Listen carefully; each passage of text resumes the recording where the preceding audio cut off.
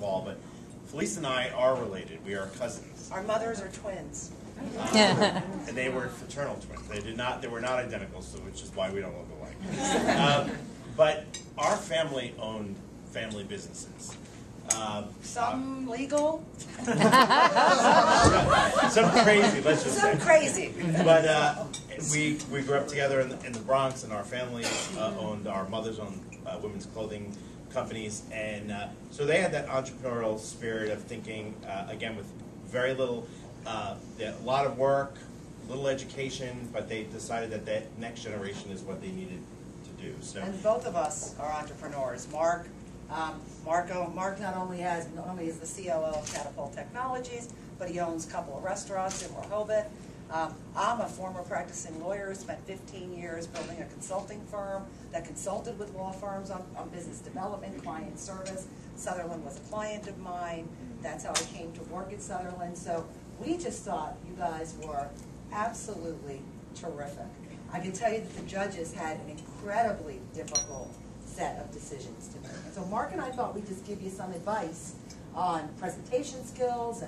And then this comes again, every one of the judges comes with a story of how we all got here, their jobs, their own entrepreneurial pieces, and we come with some of their advice as well. One of the things we wanted to say, all the presentations, the eye contact, the looking at us, the style, you all did a really good job. One of the things that we all sell, almost everybody in this room sells, a lawyer sells, you need to make books, you need to clients. The whole life is selling here with our dealerships. The piece is always selling yourself and selling your piece. I know Neffy wants you to read all about what's on the screen. So, but think about how that screen affects the audience that you're talking to. But no matter how good you are as presenting, if the business doesn't make sense, and if you don't know the business, and the real sign of someone who's really doing a great presentation is they never look at their slides, right? That's just there, and they know it. And so make sure you really, really know your numbers, you really, really know your business, and that the slides are for them to look at, not for you to look at. But again, the presentation, the piece, the passion that we felt that you all felt for your businesses, or some of you are wearing them, some of you spoke very eloquently about what your desires and passions are. You need, I believe, just whether you're in a room of 12 judges, I don't know how many we were today in an audience, you need finding the way in your own personal skill set to connect with each of us at the table. I mean, not individually, but just finding out who you think your audience is. Know your audience ahead of time. You're not always going to, in a competition like this, but in the future, as you do your business, as you're braiding and as you're walking, know what your clients are looking for. The busiest clients in the apartment might need more from you and willing to pay more. The braiding person, maybe not every 2 or 3 months, maybe, hey, you should come back. Yeah, and don't sell yourself short. There were a few of you that we thought they could charge more. And one of my philosophies when I had my own business was I just kept charging more until somebody screamed uncle, all right? Until they... And hired her. So you want to, see if you can push the envelope a little bit. You don't always want to be the person who's cheaper, right? If a client comes to you because you're cheaper, they will leave you for someone else who's cheaper. But what I saw in all of you was a real passion for what you do, for what you liked, and the ambition. And we were so impressed with your ambition. I'm going to Columbia. I'm doing. We were just, and all of you, we were just so impressed with your ambition and with your drive and how you've accomplished this at this age. At this age, Mark, we were not entrepreneurs. We were thinking about it.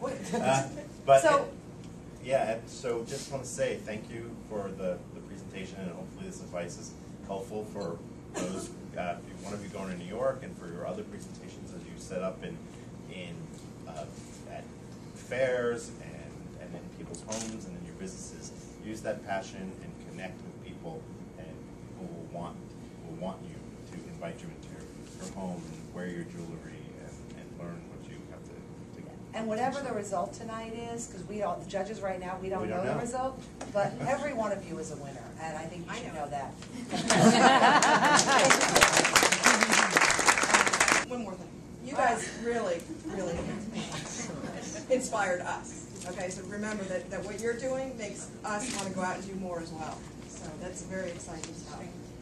So the Entrepreneurial Award for the intangible qualities of a successful entrepreneur is JD.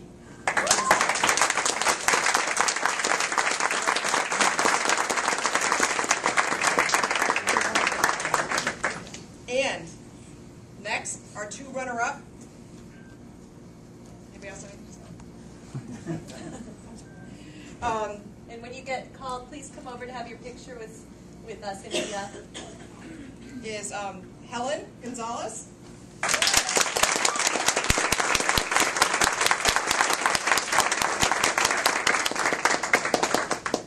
And, oh, sorry. Okay. The second, two runners up, the second one is Autumn Fletcher.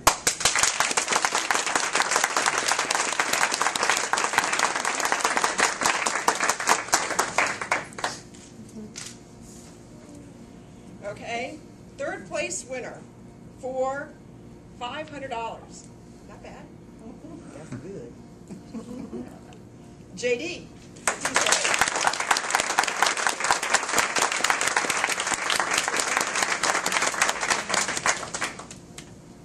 Okay, two more. Second place, $750. So we're getting some real money now. Darnell Lisby.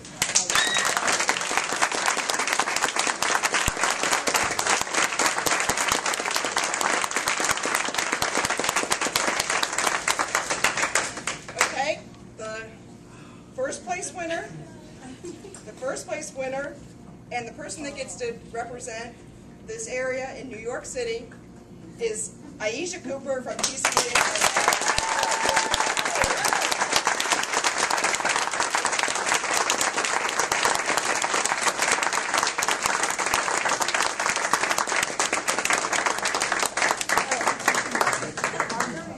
Yeah, we need a marker so she can sign she gets to sign her check. I don't know if I can. Spare now.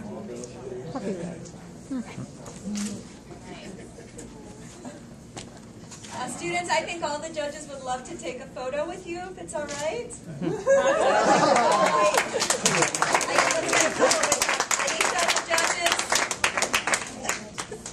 Let's have the judges with Aisha, and then we'll have a... Everybody on the count of three. 1, 2, 3. Don't move. One more. 1, 2, 3. Rick, you were Rick and Mary Ellen and Principal, if you'd like to join the...